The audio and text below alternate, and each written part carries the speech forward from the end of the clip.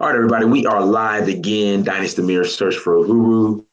And on this, well, it's afternoon where I'm at currently. So, but it's nighttime in the UK. We have the brother Ọnuọra Abụah with us again. He has been a regular on Search for a Guru. And today's topic is we're going to discuss the African Free Trade Agreement. That's an area that I'm weak in. I don't know a lot about.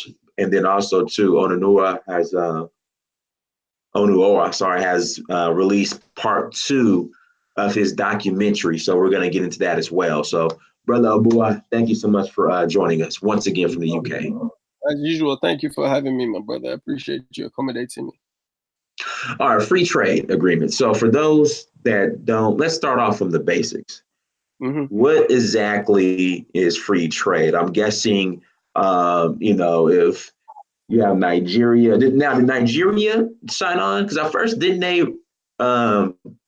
reject the joining this free trade group? Is that true or? Oh, so yeah. So when it was hello. So when it was originally proposed, so they basically needed 22 of the nations to ratify it. So in other words, if 22 African nations had agreed to it and said, yes, we're going to put pen to paper, then the agreement will go ahead with all those nations that join. Nigeria from the outset has been one of the countries that hasn't. So Nigeria, Benin, Republic of Benin, and Eritrea. Those are the 3 countries that have opted out or have not responded, rather. Why did they not respond? Well, I think it's to do, quite simply, I think it's to do with the oil revenue and the misappropriation of funds, which go directly into the pockets of politicians. So they do not want. They would rather not have one. In fact, let me explain it. Maybe I'll explain the whole free trade agreement in the first place. So, like where I am in Europe, they have the European Union, which basically is a body who makes all the decisions about trade and the movement of people in Europe. And the UK is leaving the Union, right? Just about to leave, yeah. At least, well, in theory, they're supposed to leave in 6 months, but we'll see what happens. So for the past 40 years, this European Commission, European Union has basically been making all the decisions to do with trade. So a lot of the bad agricultural deals that we have in Africa, in West Africa in particular, are because of the European Union deals that they've made with African nations. Now, of course, with Africa doing the same thing, it means that people will be able to cross borders. It doesn't matter where you are, whether it's EAC, East Africa, ECOWAS, West Africa, or wherever, SADC, Southern Africa, you'll be able to cross Africa, the whole continent, without requiring any visa. It would also mean goods and services can cross borders without paying any additional fees. So basically, it's like saying, like a nation. It's just like having you guys in the United States. United States effectively is the same thing. Every state has the right to secede from the United States, but they choose not to because they have all this freedom of movement and they have their own individual control. So the countries will still maintain their individual control in terms of their elections, certain types of laws. When it comes to trade, I don't think you guys in the States have any problem if you take your stuff if you move goods from Georgia to Florida. You don't really pay any additional. Is yes or no. So I'll give you an example. Say I buy a car here in California. Well, I live in California. I pay taxes on it. If I move to Georgia, I have to pay another tax on the car, even though I've already paid tax in California. That's even like 15 years late. Like it doesn't matter. Yeah, it's called an ad valorem tax, which is weird, So it's little things. Yes, for the most part, you don't, but it depends on the situation. Okay. I didn't actually know that. In fact, that's very bizarre because it's beyond bizarre. So like say I buy a brand new car here in California. I live in California. I pay taxes, and all that. So 4 or 5 years later, I decide I want to move to Georgia. When I go to Georgia to register my car, not only do I have to pay the registration fee, I have to pay what's called an ad valorem tax. Wow, you have to register the car too. Incredible. Yeah. Okay, well, I mean, to an extent, there's some similarities there with the European Union. But in terms of, if you buy a car in Germany and bring it to England, you will have to pay a small levy tax to get it registered. But that's about it. It's not but the point is, German cars are sold in England because they haven't paid any taxes, any additional taxes to be brought here. So that's the benefit of the free trade, of having a free trade area. And it also means that, particularly in the cases of going to war, at least not initially with Africa, but the idea is, the long-term goal is when they go to war, or when they're negotiating airspace for airlines, it benefits all the member states of the free trade area. So yeah, in a nutshell, it's like having an African Union for real, basically. Okay. Okay. So Nigeria, Benin, and Eritrea, you said they don't want any part of it. Yeah, Nigeria, you can understand why. Nigeria is the biggest economy in Africa. So, True. And, biggest economy is really like, I use that in quotations, because when you say biggest economy, you're assuming that it basically means it's the biggest trading bloc in terms of 200 million people, a relatively large population of affluent people. Right. At the same time, when you say biggest economy, it's a nation with no electricity. And I think it's just surpassed India as having the most poor people. If you use all these World Economic Forum indexes, it's got the poorest people in the world. The most people living under poverty are in Nigeria. So, you have to look at that with a fine-tooth comb. It's not really the biggest economy, but it's a very strange economy. Right. And then, of course, it has the largest population. So, of course, the economy would. Exactly. So then the other thing, of course, is that big business, it's beneficial for them to go and spend money outside, So for the past, I think, so I heard somebody say something like, maybe for the past, since the 15th or 16th century, Africa's trade has been geared primarily towards the north, sending our stuff outside. So we generally produce raw materials, and I'm not talking about when we had individual kingdoms. I'm talking about when things, to do with the enslavement of people, etc. We would produce the raw materials and then send them abroad, right? And they will be refined abroad, and that's what fueled things like the Industrial Revolution in Europe, all of these things. So we're still in the process of taking our raw materials, like the petroleum in a nation like Nigeria, sending it abroad so that they can refine it, sell it back to us. But then when they sell it back to us, politicians siphon off that money. So that's part of the reason why Nigeria is not really responded. As a matter of fact, Buhari just didn't show up to the meeting. Wow. It wasn't even like he said no. He just didn't show up. And Benin, of course, I think their reason for saying no is more to do with, again, they're very close to their French, what do you call it? To France, let's just say France. Because Cotonou, the port of Cotonou is a very it's known in West Africa as having dealing a lot in cars. People come from all over West Africa, from Burkina Faso, Mali, to buy cars in Cotonou because they come directly from France. So these is another reason why Benin is more interested in keeping things as they are. I'm not saying that's the only reason, but it's one of the reasons why they're more interested in keeping things as they are, because it means that France can still come ship these cars, or individual traders can bring these cars at a discounted price, and then of course the port authorities and whatever leadership there can benefit from it personally, not in the nation's best interest. So It's all best interest that's really causing this type of issue. Really, people. I don't believe 53 nations or 52 nations can agree to something, despite look at the so-called French-speaking countries. Like Ivory Coast was one of the first to sign. Right. And then, you know, in the pocket of France, they still use the CFA. You know, Senegal signed. These are all nations who are still under that clutch of France to an extent, and they've decided to sign it. So, you know, it is pretty alarming that Benin, Nigeria, Eritrea, in fact, Nigeria and Benin in particular, right next to each other, are saying no, you know. And of course, it means for you, Dynas, that you will never have to use your US passport if you go anywhere in Africa. Right. You know, you never ever have to use it again.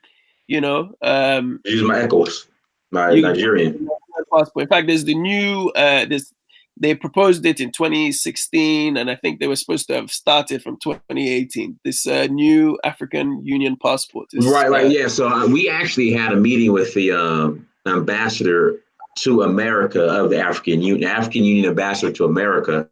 And so they rolled it out to all the heads of state, and they're saying the next rollout is going to be to business people. So yeah, you know, she was saying, you know, because people are like, okay, when are the regular people going to get the African Union passport? And she's saying, well, look, we have 1.7 billion Black people on the planet. Like it's, you know, probably more than that, but it's gonna take time. But right now, it's the heads of state. Next is going to be business people. So.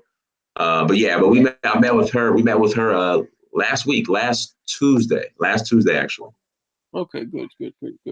Oh, good. Yeah, real cool lady, real cool lady, man. Absolutely.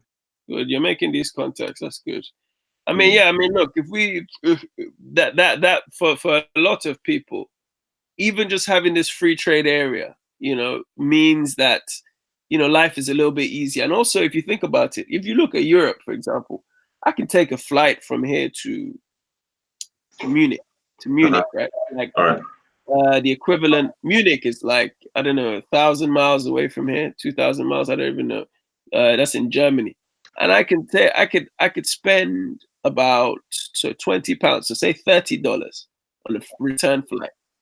You know, and that's all down to the fact of you have this free trade area, which means that you're not allowed to pay taxes to the you know, you don't pay taxes for crossing countries because you look at it as one country. In fact, when I go from one nation to the other, if I have a British passport or an EU passport or whatever, my passport doesn't get stamped. They literally just look at it and let me through any country in the European Union. So if you have that in Africa, for example, or not, for example, as a fact, if you have that in Africa, it means that somebody who is suffering to establish a business in say Dakar, Senegal, can find a way to go from there to South Africa, you know, because South Africa has also signed this treaty, and I think they've ratified it too, so they've completely signed. He can go to South Africa and find, you know, greener pastures for himself and his family. Instead of us having to run to Europe all the time. Yeah, but you see what's going on in South Africa with all this xenophobia, man. I think in fact, the other day, a Nigerian was killed. Okay, so a Nigerian with his daughter, his own daughter. I think it was a Nigerian, his friend who was in Nigeria with his own daughter, was murdered because he was accused of kidnapping his daughter because South Africa's his daughter was South African. Something crazy. Yeah, I mean, the xenophobic things are real, but they're not, you know, we need to be careful not to assume that that's how it is on a daily basis. Well, yeah, not on a daily basis, but I mean, it exists. I mean, by the way, xenophobia exists everywhere. You have those sorts of killings and attacks going on right across the continent. If you really look for it, I think the thing with South Africa. And by the way, Nigerian populations in South Africa are huge. Like you have, particularly even with the Igbo people, you still have their. Just look at particularly Sowore when he was running his campaign. I mean, the amount of rallies in South Africa. The Nigerian population in South Africa is huge, but not just Nigerian. The Zimbabwean population in South Africa is huge. The Zambian population in South Africa is huge. South Africa is, you know, African people are generally friendly to their neighbors, but you have these xenophobic attacks. But because it's a hotbed for the Europeans. You know, where do Europeans go when they go to Africa? They go to South Africa. Where do Europeans still hold the wealth on this whole continent? It's in South Africa. So in their best interest to paint all these narratives of xenophobia, this and that. You know, when the white people still control the economy, you know, they still live in these tall, high fenced houses because they're trying to keep the blacks out.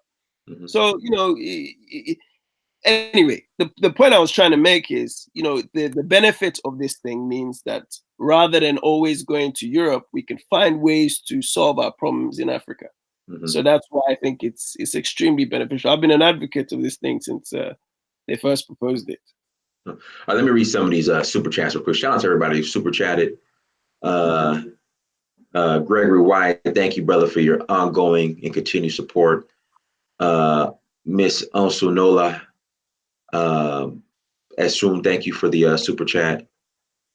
And then let's see here what we got. There's another brother, Jonathan So, thank you for the super chat. Any examples of import biz African Americans can partner with Africans on? What do you wanna talk about? I have to be very careful because, you know, my own, with 54, 55 nations, if you include Western Sahara and all those other places, there's a lot of trade to do. It's a massive continent. I can only speak on what I know, which is the countries in West Africa and a few in East Africa that I have alliances with. I think ultimately now Africa and Africans are competing with the world, you know, because a lot of African people who studied abroad or even lived abroad, grew up abroad, are returning home because they realize the wealth that there is in Africa. So I think the first thing you need to do is look at the Africans around you in the States, find out what they're doing. So, you know, I know the music industry is massive.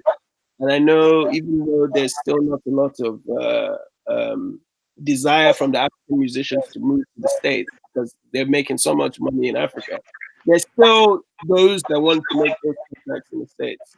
There's also cars. Cars will always be a way for you to do business in Africa because you know from going to Nigeria a lot. You know, we love our cars and buy them from out in Europe. You know, there are also other things, but the thing is, Africa is shifting more towards a, even though they may not say it, a more self-reliant thing now, where they're not really looking, you know, as they did 20 years ago, they're not looking outside of the continent to see what they can get and bring back. You know, I remember my mom used to, in the 90s, Dubai was just popping. Dubai was just like starting up. And all these ladies used to trade. They'll go to Dubai, buy their laces, bring them back, sell them. You know, now that's not really happening as much. The Dubai people are coming over and establishing businesses there. So I think look at the people around you. And because I can't tell you what's going on in Tanzania, I can't tell you what's going on in Congo, you know, but I hear all these stories of people returning to their places, setting up restaurants and all sorts of other businesses. You know, I think the most important thing is that we return home. You know, so if you're an African American, main thing is to return home. You know, go there, you know, establish yourself, and you'll find what it is that you're supposed to do. But education, let me just say, sorry. No, take your time. Go ahead. Take your time. One that I don't think you will fail on, even now, is education. Schools. Schools are big business. It's you know, something which there's a massive desire for. And I'm talking about traditional school, traditional education. So offering, you know, foreign exams, you know, SATs, GCSEs, A-levels, those sorts of foreign things. They, you know, a lot of people in Africa who want to do better always try and get those kind of exams done. So that's one possible one. But other than that, you know, just there's so much. All right, cool. Let's see what else we got here in the chat. Everyone, thank you for joining us. Let's see here. I think Juan Jiku Roki, she had made a comment earlier. Let me try to find it in regards to the free trade agreement, saying how it could impact someone like Dangote if it were to pass country. He hates it. Well, of course he hates it. I mean, he hates it. It would go directly. You see, Dangote has been allowed to flourish because, how do I put this? So in very, very basic terms, his profit margins are double, maybe even triple what they should be, simply because he has a monopoly. Say the cement, for example. Right. Even you take the refinery that the federal government has given him money to build so that he can refine oil and sell it back to the government. So you see, these alliances that Dangote has, because him and his family have been around for so long and know the lay of the land, and ultimately built I don't want to say built, but for lack of a better word, I will say built the private sector in a way, in terms of trade. It benefits him and his companies to go all around and sell the cement, sell the rice. Now, what happens when the rice farmers in, I don't know, say Ghana, northern Ghana, start having join this African free trade area? It means that they can sell their rice for a cheaper rate and take it into Nigeria and not have to pay any taxes. So Dangote, by automatically overnight, will have competitors, and he'll have to lower his prices.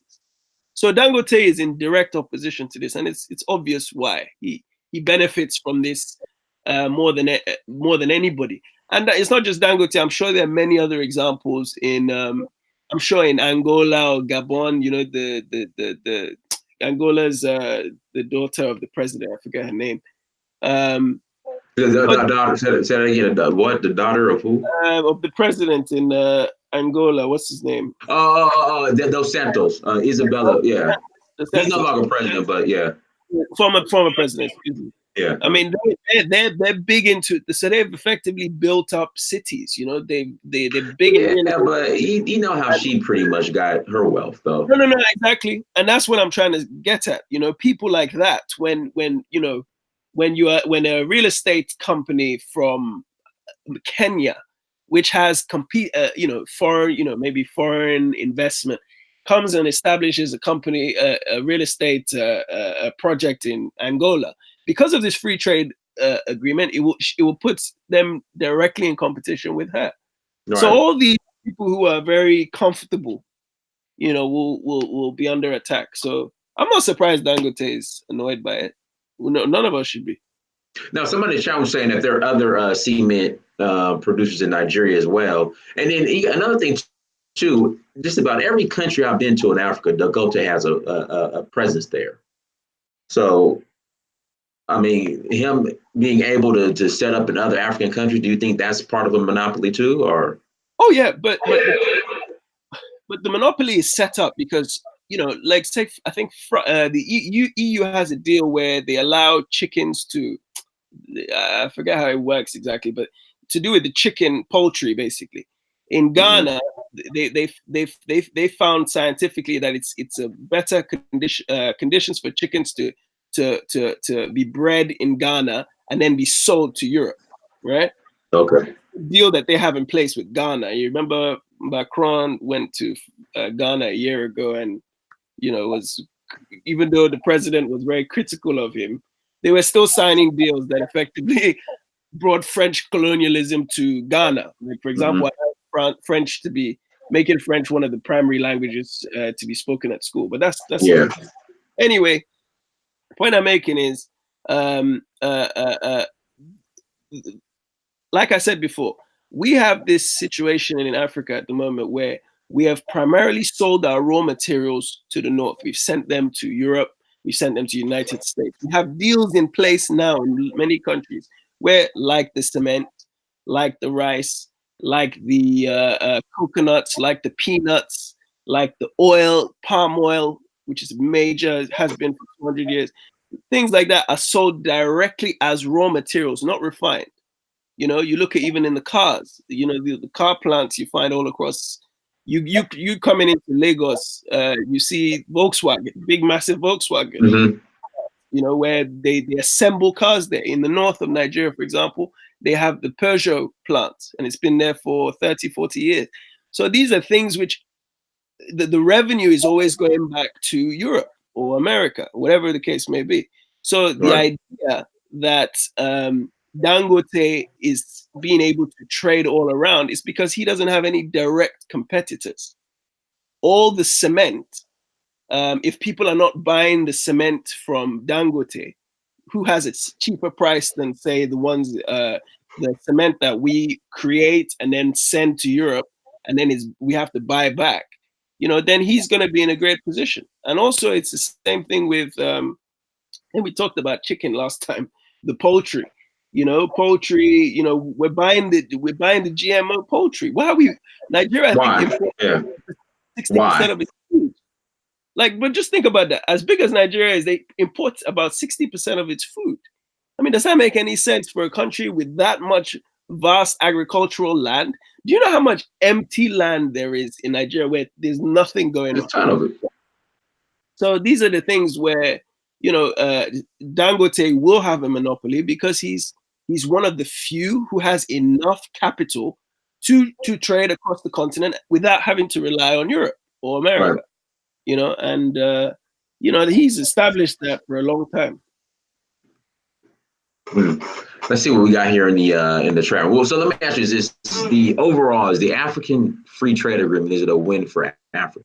The average African. It's a step in the right direction. I mean, some of the estimates that they said that it brings automatically 17 million jobs. Now, there are a couple of issues with me. When they say all these numbers, I don't really know how they're going to implement them. But I think definitely when you're talking about the movement of goods across the borders, movement of people across the borders, I've already spoken to you numerous times about my issues crossing West Africa. Right. Hold on. I crossed it when I did it with my Nigerian passport. I was fine. But you were having issues. When you go to Benin, you paid what, 300 CFA to cross, right? No. Well, my Nigerian passport, I didn't pay anything. Benin to Togo, you didn't pay anything to cross the border? Oh, Benin to Togo. I'm sorry. Yeah, I had to. Yes. No. See, I had so. Okay, so you're not supposed with under the ECOWAS agreement. You're not supposed. No. I'm gonna tell you what I had to pay. So Benin. Okay, here we go. Let me back up.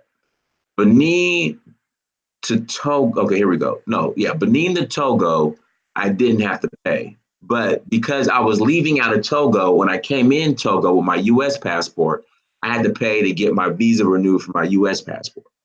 But if I didn't have to get my visa renewed for my U.S. passport, because that's what I used to come into Togo or to the continent, they weren't going to charge me for what I have my Nigerian passport. When you crossed Benin, you didn't pay 300 CFA.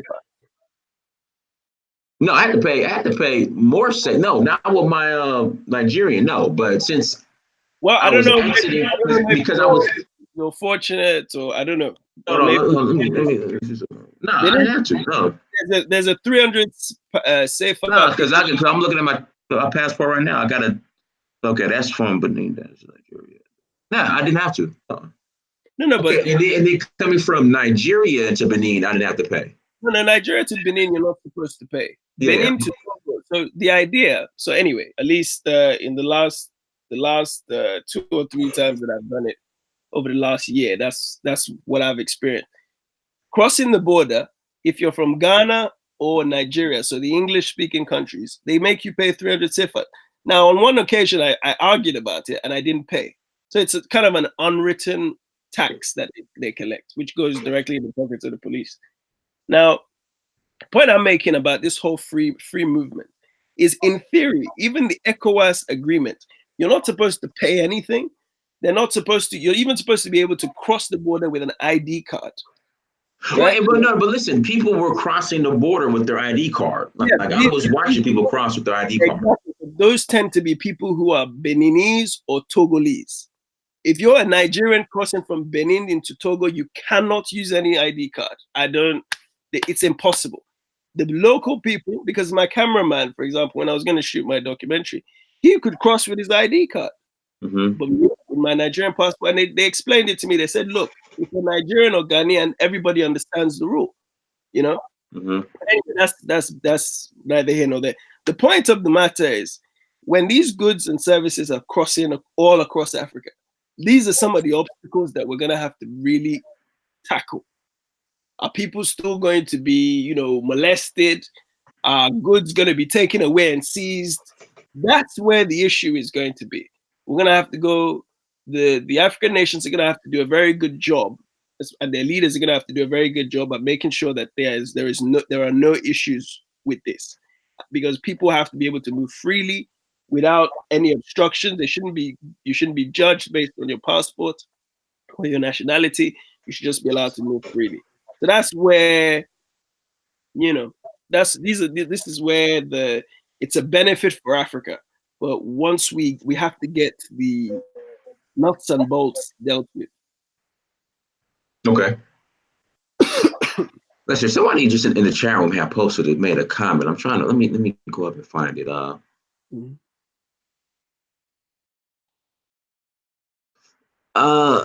Let's see. Oh, tell everybody where you're from too. People are asking where you're from originally. Well, I'm a Nigerian, so my father's Nigerian. My mom's from Rwanda. I was personally born in Kenya. Actually, my mom's from Rwanda but grew up in Uganda as a refugee. Mm-hmm. So, and I was born in Kenya. So she's Tutsi. She's a Tutsi, yeah. Uh-huh. But I went to school in Togo, Benin, Nigeria. We lived in Congo, Brazzaville, and Burundi.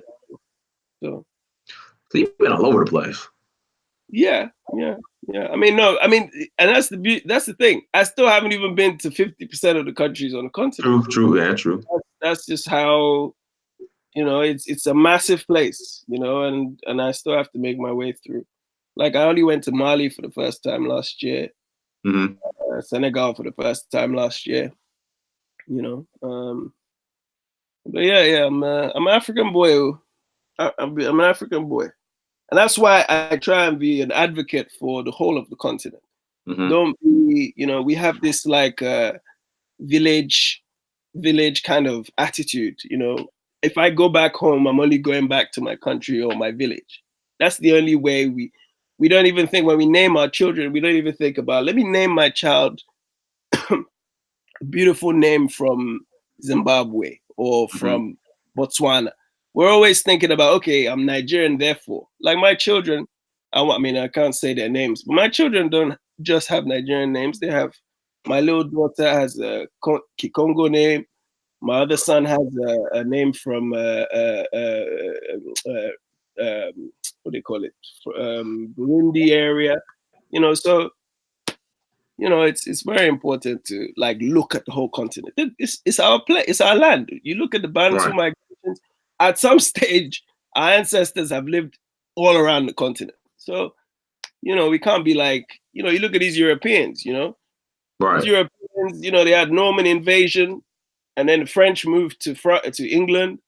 Prior to that, you had a Roman invasion. So Romans came from Italy to, they know that they're all from everywhere. But we are the ones who still cling to these little, man-made structures that we call countries, Right. Let's see what else we got. And guys, just hit that like button. We have 200 people watching, only 63 likes. Make sure you guys hit that like button as you come into the chat room. Let's see here. How does free trade affect exports from Africa to America? I think that's yeah. So that'd be separate, right? Yeah, so basically all 54 states, 54 states will have to vote. So it works just like the European Union. Before they decide the tariffs that they will charge to China, to the US, and they will all have to vote on these tariffs. So this is where we get to do business as a block, as opposed to individual, countries. We're doing business as a block. So when the US wants to buy petroleum from say Nigeria, Ghana, that kind of area across the Bight of Benin, they will have to deal with the African Union as a bloc. Nigeria won't be able to. Nigeria is not joined, but assuming they did, they will have to then they will have to decide a tariff and charge the US a tariff. So it's good in that way. But of course, if we have Uncle Tom's at the head of the leadership, Uncle Tom's. What's the female equivalent of an Uncle Tom? Mammies. No, we said mammy bedwinch, yeah. Exactly, the mammies and bedwinches. If we have them running the show, then this could really be a disaster. Right. Really. It could just be a free for all for America and China. You know. Shout out to let's see, we got another super chat. Shout out to Kaylin Bowler. I am looking on the youth of Africa with the diaspora in the next 20 years to reverse the issues. What are your thoughts on that? Is that, I mean, but what is it? Africa's going to have the youngest population, I guess, in the world. Currently, the youngest 75% of the continent's under 35. Currently, wow, that's a very youthful population as opposed to Europe, which is I think it's almost the reverse of that. It's like 60% over 65. You know, so they're aging, they're living longer in Europe. In Africa, we're much younger. You know, we're dying younger too in some cases. But again, these statistics only matter if the youth are empowered. And, you know, our youth are very, you know, in many cases, our youth are leaving, you know, they're leaving to find greener pastures in Europe and in America, in Asia, you know, because you know, it's just very difficult to survive. I think, again, there's few pockets of nations that are doing well. You know, I think Senegal's one, Rwanda's another. I think Ethiopia is improving a little bit, you know, but for the most part, you know, we're talking about places where youth are really not given as much encouragement as they should. And leadership is key. And this is why the younger leaders, you see the president, the new head of state in Ethiopia, the young guy, I think he's 42. I thought the woman, okay, so the woman, the prime minister, I thought it was a woman. And, the prime minister is not the, so, you know how they have this system because, you know, it's a former kingdom. So they have the prime minister. Prime minister used to be powerful. Then when Haile Selassie was removed, the president, they introduced the president's role. So the president is the powerful one, prime minister is secondary. It's the same in like all these French-speaking countries, you know. So you've got Senegal, I think, Ivory Coast, Togo, you have a president and prime minister. It's like the first minister, you know. So, you know, it's powerful. Shout out to NBC Merck for the super chat. Peace, brother. Is there any news on the land gift from Zimbabwe and Zambia, the Wakanda One project, I believe it's called? Yes. So the Wakanda project is still going to happen. The actual African Union ambassador spoke on that at our meeting last week. So, what is well, it's supposed to be like Wakanda. I think Zambia and Zimbabwe have allocated land for the diaspora to build Wakanda. Okay. Yeah, so that is in the works. She spoke about it last week. I mean, I hope there is. You know, I'm just, to be honest, yeah, I get very skeptical. Even like the Garvey Town thing that's being built, I get very skeptical. Why do you say that? You know, Brother Bomani's been on a couple times. Yeah, I'm fearful even about the whole land allocation for, you know, because what you don't want is separation. What you want is integration. Well, but I think this is the problem, Ọnuọra. The Black Americans who have been relocating to Ghana, it's been so hard for them to integrate. I mean, it's just for some reason they just, I don't know what it is with Ghana. They still stick out like a red thumb. But is that the correct term? Like a red thumb? Is that you know? Yeah, swole thumb. Like I don't know what it is. So they go there, and I think the problem is they always go to Accra, and I'm telling them they need to go to places where they can make a bigger impact, which will be outside of Accra. But literally, I hear the same story. They go to Accra, they get robbed, they get their houses broken into, they pretty much get called white man. You know, so it's that is supposed to happen. Gay rob is not, you know, foreigners or, you know, African Americans don't have a monopoly on getting robbed. Everybody gets robbed. We were robbed when I was a kid. They nearly killed my father. It happens. But just to do with the, for me, the reason why I say it is because the bridges are supposed to be built so that we can just be going back and forth. Yes, with the first generation that goes anyway, you know, first generation of migrants that come to Europe, they had to endure the nigger thing. Right. You know, it's there, it's still there. You know, the second, third generations don't experience it as much. You know, not that that's a good example, but you get the idea. I got initially you will stand out, but when your children grow up part of the country, you know, growing up with all the Ghanaian kids or whatever, it doesn't matter which part of the world, you know, they literally will become like them. They'll be looked at like them. I think my mom, for example, lives in Nigeria. You know, she's from East Africa. It's pretty much like being from a different continent. You know, and she has to experience. You know, initially it wasn't very easy for her. She's got no family there. You know, but very soon you start acclimatizing. I was never looked at as this half Tutsi boy. Never. I always felt Nigerian. You know, 100% Nigerian.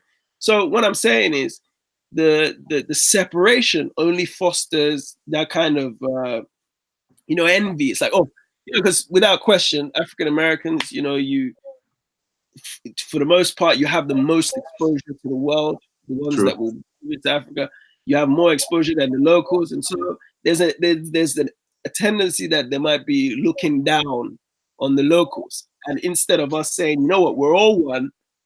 Some horrible act of history has led us to be separated, but let's try and join back together. So that's always my fear with these things. You know, it's like the Sierra Leone kind of Liberia story all over again. See, I disagree with that because I don't want, you know, the Liberians to be the scapegoat for tribalism that's been going on in Africa for years before Black Americans came out. Yeah, I definitely don't want.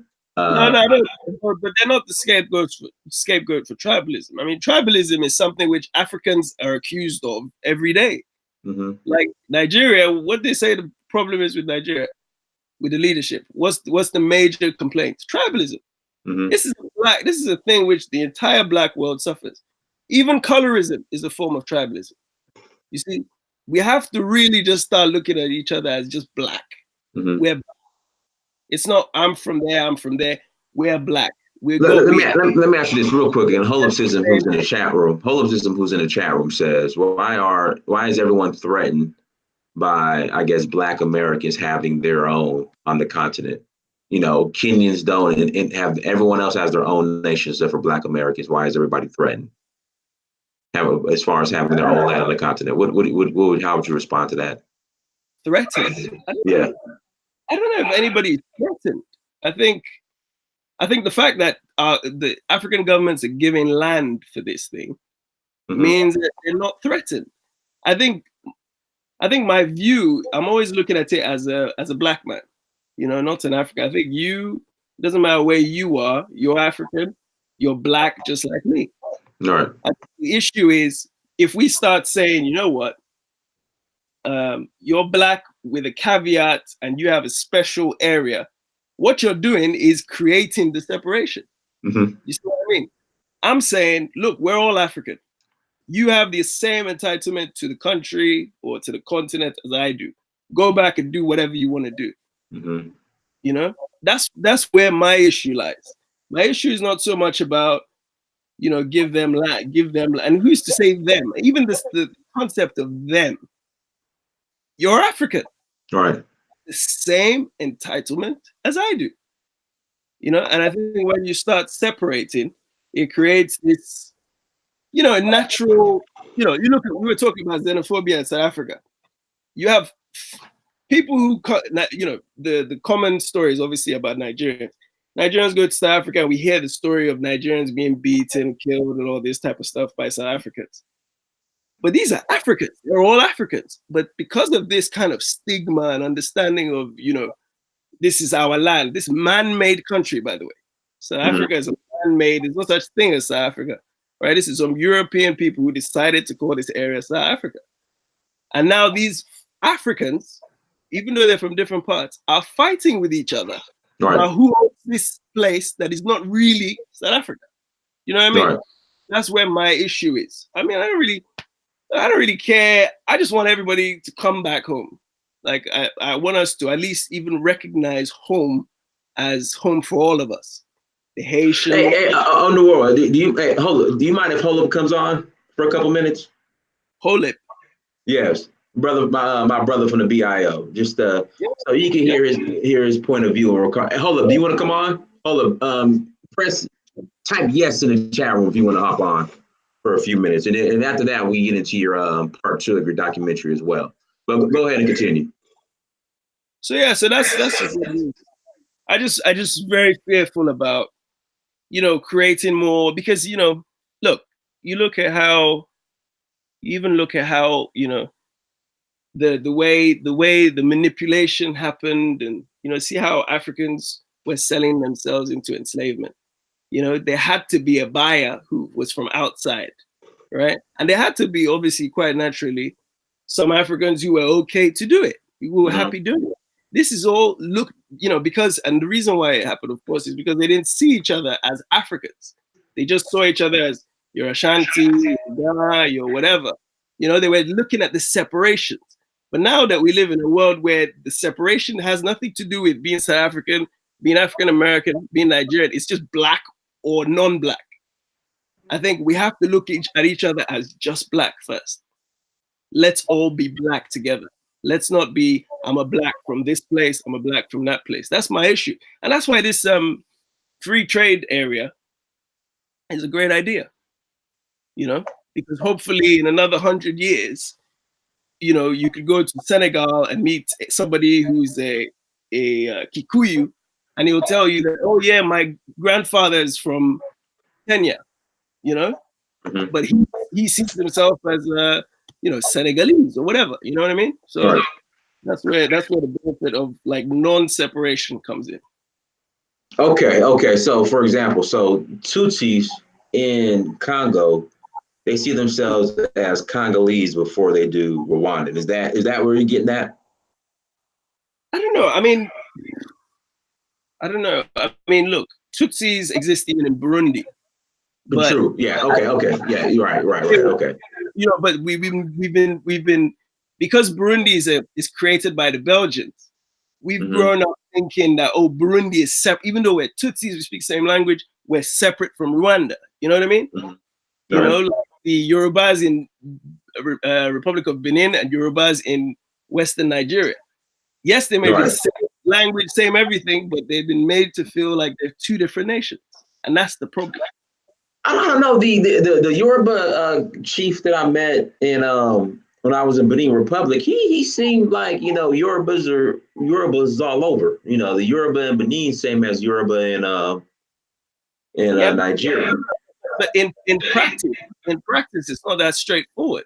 I mean, for example, he can't just say to himself, "Hey, I'm gonna just get up and walk over to, you know, to Lagos and meet my cousins," because he needs to have identification.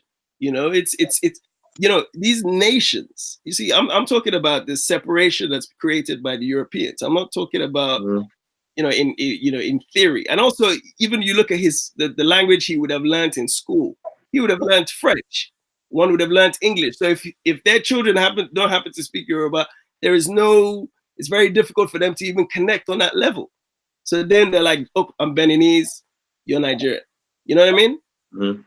These are the issues. These are the issues that come with like separating ourselves. And I just think it's counterproductive. We have one enemy. Doesn't matter where you go in the world as a black person. True. Yeah. No, you're right about that. Tasmania, or New Zealand, Australia, you have one enemy. And the minute you say, you know what, I'm going to go back home, but I'm going to separate myself from the actual people who have the same enemy. Because when fighting comes, you know, and this is what I said in my documentary, I said, look, once these people go on the boats, the Oyo and the Fon people, once they go on the boats, they realize only their blackness brought them together. That's the only. So when they have to rebel, what do? The people that fought in the Haitian Revolution didn't come from one country in Africa. They came from numerous countries, spoke different languages, right? Have different even religions, different diets. Right. Well, they had one enemy. And until we can conquer that enemy, we have no business trying to separate each other. That's my opinion.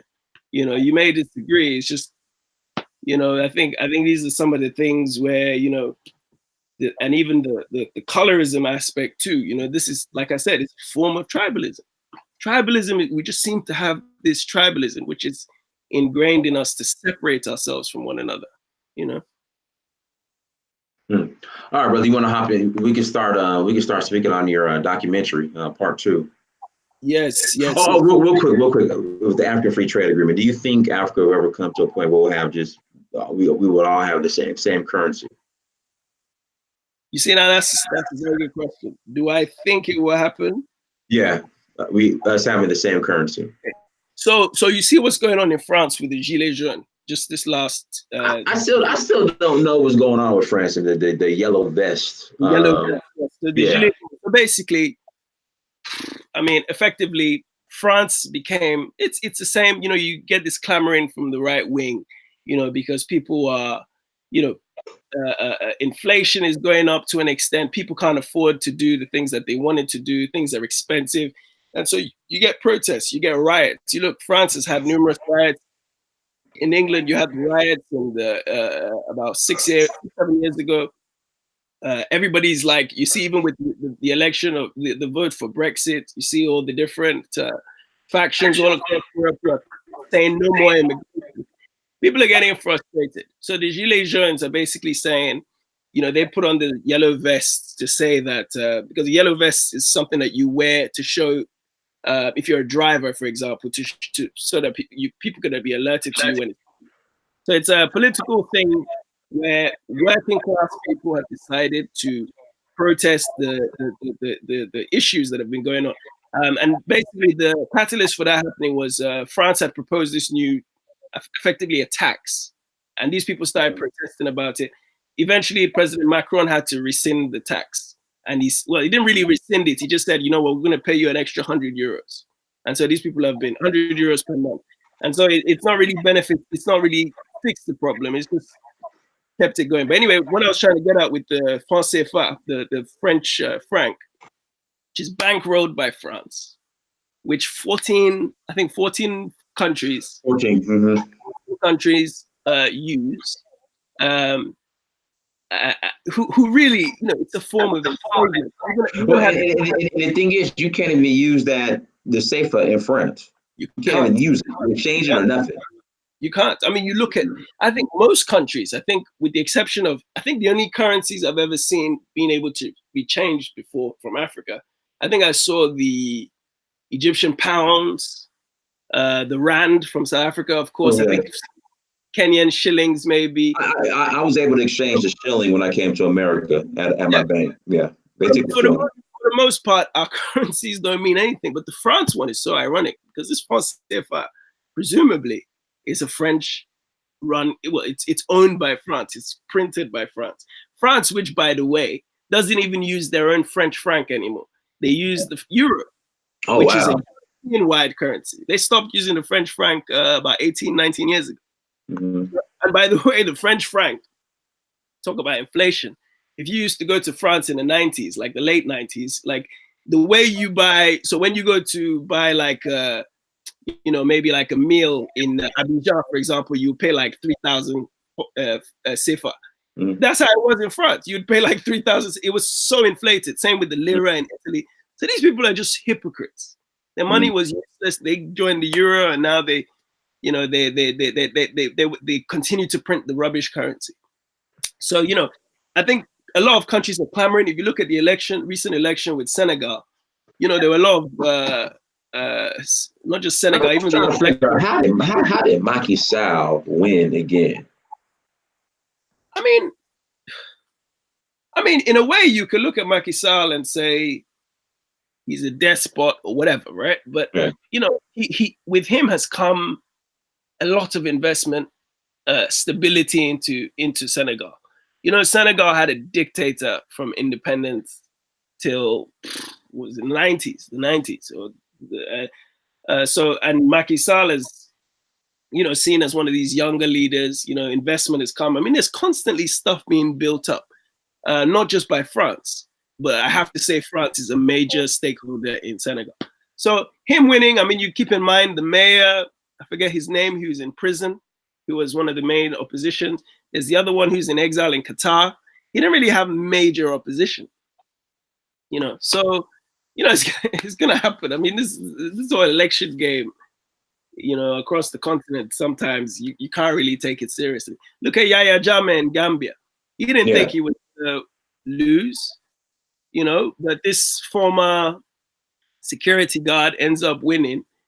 And then he says, no, I'm not going to go. And eventually the ECOWAS gets involved and he goes. So it's trial and error sometimes. Sometimes, we don't know what these people are doing behind the scenes and we don't know who backs them. So Macky Sall, I'm not surprised he won. He's built so much. Look at the railway that he did with China. You went last year. I don't know if you went to the new railway station. It's not. Well, it's not. When I was there, it wasn't finished yet. Yeah. So now it's done. It's supposed to go to the airport, the new airport. Yeah. I mean, I'm going to the new airport, but it's not finished yet. The railway. Look online. You could see the new trains and everything. Like it's actually functioning. I don't know whether people are using it commercially, but it's actually functioning now. They literally ran it through my friend. He stays in an area called Pekin. And they literally ran it through his backyard, damn near. The railroad. Yeah. So these are things which they're very it's an eyesore. These are things that look appealing to people, and they might vote for it. And also, it's look, it's Africa, my brother. It's it's Africa. Don't try and look at it the same way. I mean, how did Tony Blair, for example, and I brought him up again. How did he win 3 elections? How did Trump win? How did Bush win? This happens all around the world. Politics is not just about, your popularity. It's about how much power do you have behind the scenes to make things happen. Right. And, everybody does what they do in Africa. It's just that theirs seems so much more sophisticated and covert. But it's the same thing. It's the same thing. Macky Sall imprisoned, this mayor, accused him of embezzling, gave him a 5-year sentence. In fact, if you go to downtown Dakar, they have this poster, big banner, billboard on the somewhere where they show how many days he's been in prison. So, we're not, it's you don't need to. There's no way you can hide how he managed to keep power. All right, brother, we'll go ahead and hop into your documentary. So part 2 is up. Can you tell people about your documentary? So part 2, I go to Togo, and it's really a search for, not really a search, but more to understand voodoo better from Togo. And what I do is also, I deviate a little bit and I go to Kamina. Kamina is in slightly north of Lomé, so it's not quite center of the country, but going towards the center of the country. Mm-hmm. And Kamina, the Germans had established this massive radio, what's the word? It's called for Kamina Funk Station. So it's like a radio, it's a way that they could communicate with all their overseas colonies and Berlin, right? So I go there, and then just, it was in operation during up until the First World War. And what I do is I also go to a memorial of the first people who died during the First World War. One of the things we're always told is that the First World War is strictly a European war, but really the first shots were fired in Togo. So I show a little bit of that, as well as going into the into voodoo a little bit. I talked to this voodoo priest. He lives in a small neighborhood just outside Lomé, and he's like one of the most qualified voodoo priests. I don't even know if that's possible, but he really goes into detail. He's probably the star of the episode of the documentary because of the stuff he says. And then I go to the fetish market. I know you went there. I saw one of the videos.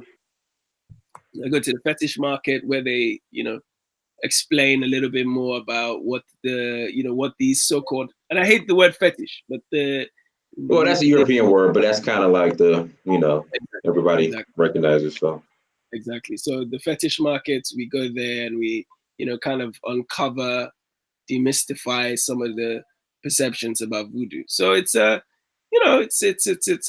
was fun doing it. I never knew all this stuff. Like I said, I went to school in Togo. I never knew all this stuff. I just thought, I grew up thinking voodoo was bad. So, it's just, and I've been getting phone calls from family, as you can imagine. Like, what the hell were you doing? That's just how it goes. So Do me a please, favor, email me the link real quick. Did you already email me the link, and I can put it in the chat room? I sent you the link. Okay, let me go ahead and put it in the chat room real quick for everybody to, guys, make sure you go check the video out. Let me put the link in the chat room right now. Yeah. I've sent it to you. Let me know if you need it again. All right, let's see here.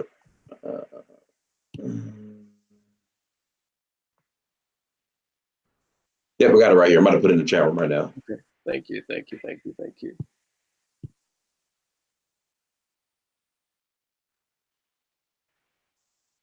So is there a part 3 coming out anytime soon? No. The next documentary, which I'll release hopefully in another month, is it's called 1,000 Years to Timbuktu. So it's about my journey to Timbuktu. So that we started in when did you go to Timbuktu? When was it? April last year. How was it safe? Because my buddy was saying it wasn't safe, and that's it.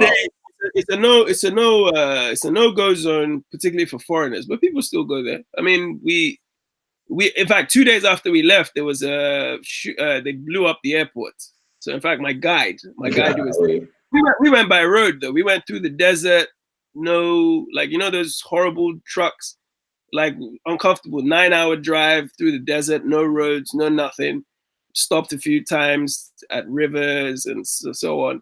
We drove all the way. We got stopped. Me and my cameraman. My cameraman's from Benin. I'm from Nigeria. Every single stop we were removed. And they like, what are you doing? We had to show permit. We had permission to film, so we had to show that. And my fixer, the producer, who's a Malian, was showing all this stuff. And it got to the point where we were about a mile outside of outside of Timbuktu, and just before, and there was the last stop just outside of Timbuktu. The police pulled us out. They said, "I'm sorry." The driver said, "Look, I can't wait for you guys anymore." He left. So we walked the last mile into Timbuktu. And Timbuktu, you can imagine it looks exactly the way it would have looked in the 14th century. Wow. Like you have the Tuaregs, you have the Bambara people. Like it's just, you have Libyans, you have Tunisians, every type of person. And Timbuktu is the most hospitable town I've ever been to. And we went, we went on the motorcycle, we filmed everything, went to the university, the Sankore Mosque, we went everywhere. People invited us to dinner, we ate so much food. And we found out a little bit more about the occupation, the Islamist occupation. There's a big misconception that there was, people were being beheaded left and right. People that were telling me, look, man, there was one couple that died because they were doing like extramarital stuff. But other than that, for the most part, the people who were part of the uprising, the Islamist uprising, are still there. They're just locals. They were basically, because in Mali they just discovered oil. Oh wow, I didn't know that. It's so ironic when you see Mali is just like, we need to do another discussion about Mali. Like Mali is it's because even down to Mopti. I've been to Mopti. I haven't been to Mali since 2016, but I've been to Mopti. Down to Mopti, you have just outside Mopti, Bandiagra. I don't know if you've been there. I've been to Bandiagra. Yeah. Now you have the Dogon people fighting the Bambara people who have lived together for hundreds and hundreds. I thought the Dogon were fighting the Fulani people. Well, I mean, remember the Fulani people are like, the Fulani people are all over, the Pole people. I mean, I'm just talking about the Bambara and the Dogon, because there's this thing called the MINISMA. It's like a UN peacekeeping organization. Right. Basically all over Mopti. Their headquarters in Mopti now. So now there's a big issue with what they call child soldiers, which is all being created because people are effectively rebelling. Don't forget the Islamist thing, when it first happened, there was a coup shortly after. And the Mali president was ousted by the military officers. So instability is being created. They blame the Islamists, but really it's a political thing, because now they just had an election. So it's funny when you see French soldiers driving. But the prime minister and an entire cabinet ended up quitting in Mali, like just a couple of weeks ago. And this is the thing, like this is a much more, it's very easy to paint the picture. And by the way, I don't know, you tell me if you think differently. Mali, I think, has the best example of I won't say sisterhood because I didn't meet that many women, but brotherhood and respect I have ever seen on the continent. When I tell you, Yeah. the relationship, people respect each other, people respect time. One of the reasons why we kept getting stopped is we weren't allowed to bribe. Nobody bribes there. We even gave money. We would offer money to the driver. He's like, we don't bribe here. So the brotherhood, what they call in French, fraternity, is unreal over there. I've never seen it. We're in Timbuktu, this place which is a no-go area. Before I left the UK where I live at the moment, I couldn't even go with my British passport. Of course, I wouldn't go anyway. I went with my Nigerian passport, but on the British Home Office, whatever website, you are not allowed to go there as a British national. When I tell you, when I got to Timbuktu, I'm in the middle of the Lions Den, just north is Gao, where the stronghold of the Islamists were. My brother, when I tell you that I had the most hospitable people I've ever experienced, it just goes to show you don't believe the news. Right. Don't believe the news. Mali is the best example of African people united. Because again, like I said, it's Tuareg people, which are the light-skinned people. You have the Arabs, you have Bambara speaking people, you have Fulani speaking people. All of them living in Timbuktu, working together. I mean, it's you'll see when the documentary comes out, you see all this stuff. But getting there, like there was even a time when we're going to, because there's a curfew at 6 o'clock. Really? There's a curfew at 6 o'clock. So if you're going into Mopti, by the way, and I didn't know that. So that's going into Mopti and Silvare as well. There's a or Segu. Was it Segu or Segu goes to the once you're outside of Bamako, north of Bamako, you're not allowed. There's a 6 o'clock curfew. You shouldn't be on the road. Really? You shouldn't be on the road. In fact, there was a day we got there at 6 o'clock on the dot. And even you can't leave until 6 in the morning. In fact, when we're driving back from Timbuktu to Bamako, to Mopti, we were at the border at like 5 to 6. And the soldier was like, I can't open the gate. I can't until 6 o'clock, And even part of the documentary, which we didn't film, but some of my experiences in Mali were unreal. From Timbuktu back to Bamako, we came back with some kids who had gone from Guinea, who had gone to Libya and were involved in enslavement. But they were telling me about how they got from Guinea to Libya. I met a guy who actually helps get people to Libya and apparently to Europe. They were telling me stories. This young kid, I gave him my number. I was like, if you ever make it to Europe, call me. They were telling me about one of their friends that got killed. So all these stories, you experience them, and you really realize that the issues seem to be having when you go towards you seem to have these issues of when you go towards the Maghreb, so Morocco, Libya. When you get to that area, that's when Africa starts changing. But with South Sahara, African people generally, I'm not saying everywhere, but they generally understand each other and respect each other. My locks are the only thing that made me stand out. Because they could tell from looking at me I wasn't local because of my locks. But had I not had the locks, nobody would have known whether I was Malian or not. They would literally just see me with the locks, pull me out the car, and be like, "Where? Show me your passport." So, but Mali was an experience. It was an experience and a half, life-changing experience. And if you can, try and get to Bamako. To Timbuktu. It's illegal. It's illegal for you to travel. The airport is actually closed. There's a UN airport airline which we were relying on. The local airports have been closed since the first insurrection or coup or whatever back in 2013. The airport in Timbuktu, which was blown up a couple of days after we left, we were actually banking on taking. There's a UN flight. So if you have connections, UN has this flight where if you book it weeks in advance, it's free. You can fly to Timbuktu with a UN airline, like a peacekeeping airline. So we weren't able to do it, so we had to go by road. But anyway, the point I was trying to make is that us going by road, we got to see the entire country. And when I say to you, we drove through where they said these Islamists were, and maybe because the car they knew it was carrying Malians. We didn't see any resemblance of any kind of issue. I didn't see any AK-47s. I just saw people, every time we would stop, people would come and, we stop at the Niger River, for example, cross the Niger River, and people would come and try and sell us stuff. I didn't see any indication that there was any kind of issue. It's not until I get to Timbuktu and I see the bullet holes at the French army base. I see the French army tankers, the Swedish army tankers. I don't see anything. And it's in the documentary because we talk to a lot of people and they just tell us, look, this whole occupation thing wasn't real, and I remember before leaving, my guide kept telling me, look, don't be afraid. We will make it. There's no issue. And when I got there, I really realized that, wow, we've done something incredible here because Timbuktu is real, and it's anyway, you'll see it. You'll see it all in the documentary. Absolutely. Let's see what else we got here in the chat room real quick. But everyone, once again, thank you for joining us. Brother, is there anything you want to share in closing? What we'll do, we'll go ahead and close out. No, I just wanted to say thank you for having me, Dynast. Anytime. Please check out the link for the documentary. It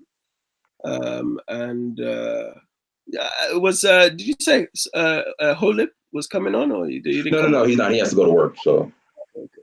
All right. Well, anyway, that's about it for me. Thank you, Dynast, man. Have a safe journey to Nigeria. And, no problem. Leave next Friday.